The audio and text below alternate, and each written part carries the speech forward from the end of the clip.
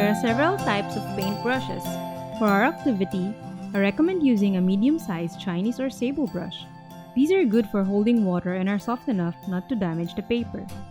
Chinese brushes are cheap and are ideal for beginners.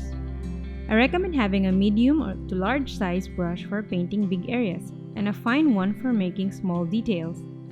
Sable brushes can be very expensive and is a good investment for professional artists. Nylon brushes and oil paint brushes like these have hard bristles. These won't hold enough water and can easily damage the paper. These are usually used for acrylic and oil painting.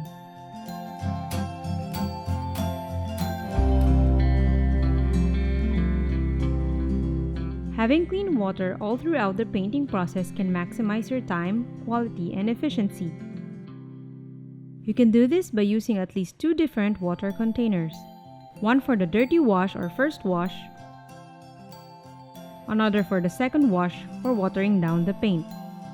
This ensures clean water and clean brush all the time, especially when using light-colored pigments.